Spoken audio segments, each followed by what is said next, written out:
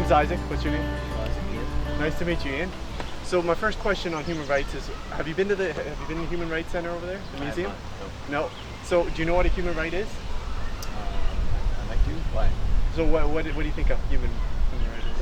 Well, I think a basic rights to water, air, food, shelter.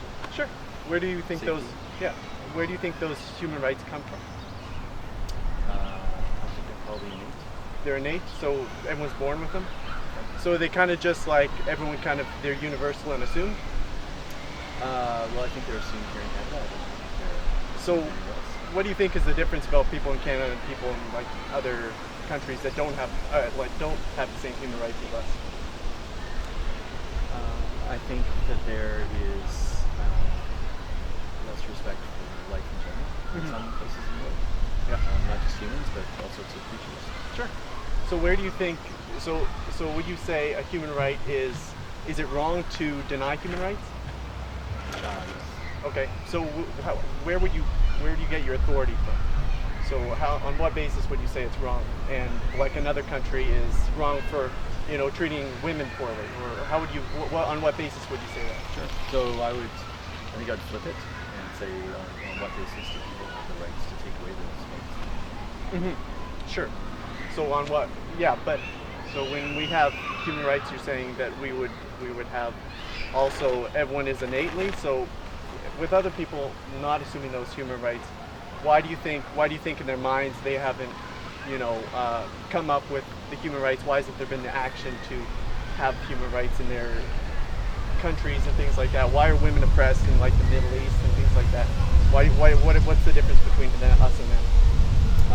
I'm sure that it started out as a survival mechanism and a way to succeed as a community and to pull together and ensure that your children and your society survive better than the surrounding societies. In time, it's became more oppressive.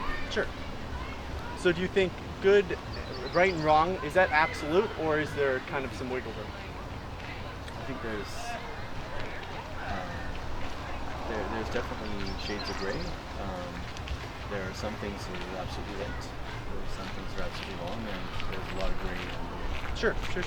So do you believe that you are a good person? I try to. Try to be? Yeah, every day? So like I always say, in my own opinion, right? We all say we're pretty good people, right? In our own opinion. But is there any objective standard that we can say we're good or not good, or is it just completely subjective? I think that there are some metrics to use to say that there's a good historical person. But I think that it's in the spirits to have bad morals. Yeah. And whether you honor the bad. Yeah.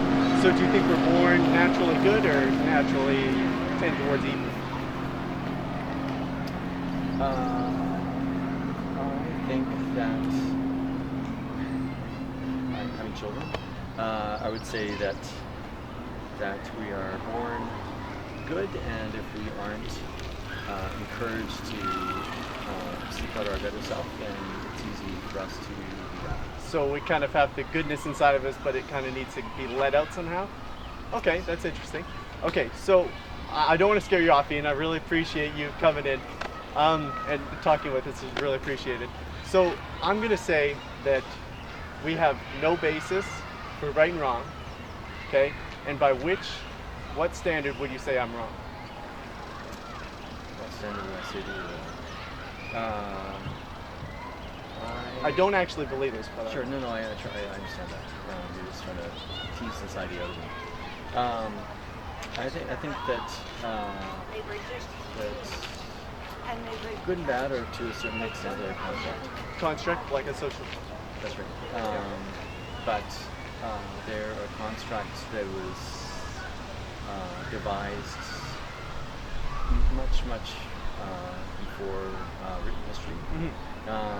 And I don't know that it's necessarily a truly human sort of construct. I think that a lot of animals have the same construct. And again, I'm sure that there's a lot of interesting about survival, Sure. and that that it's a way to ensure that any society or culture can survive.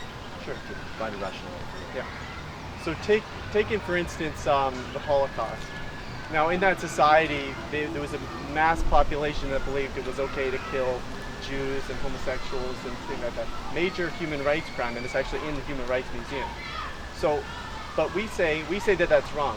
In their society, they didn't view it as wrong. So if good and wrong is simply a social construct, who are we to say that that was wrong? I think that in Germany and Austria,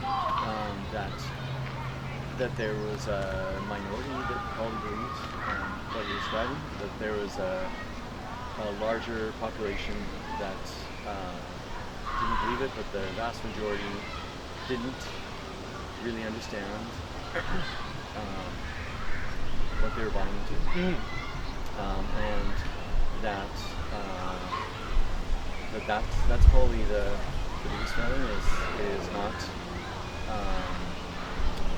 being true to your traditions and to the teachings of most of the people were either Catholic or Lutheran, and there was a huge failure in society at a lot of levels.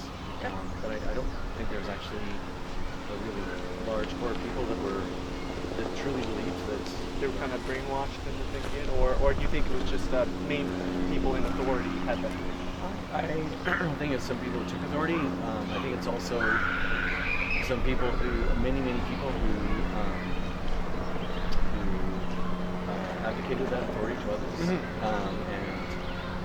that for that, I think they've been deeply remorseful in Germany anyway. Countries like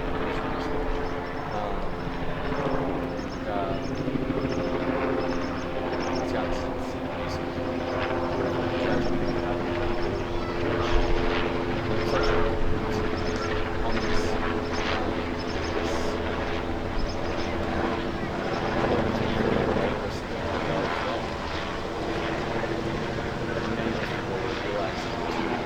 Yeah, well, I appreciate that. So on the basis of morality and getting more into that, you said you were a good person, and we would all say we're try to be. try to be exactly. So we all strive for like a higher standard, right? Yes. So Well, I hope so. So I believe in the Bible. I know that might scare some people away. Anyway, but in the Bible, in the Ten Commandments, the Ten Commandments, that's what God describes as the standard, right? So that's what morality is based off of, in my opinion, is the Ten Commandments. So don't steal, don't murder, don't don't disobey your parents, kind of thing like that. So in your own opinion, do you think you've kept that standard, or have you done like I've done and not? I haven't stolen anybody's wife recently. Yeah. And or murdered anybody recently. Yeah. Well, like some of the more tricky ones, Sorry, like just- the lie. No, I think that for the most part, I have respected the values of the Ten Commandments. Sure. I'm sure that before Abraham went up and took them off the Temple Mount, that those ideas were already in existence. Yeah. In both the Jewish and other religions. Do you believe in like a conscience kind of thing?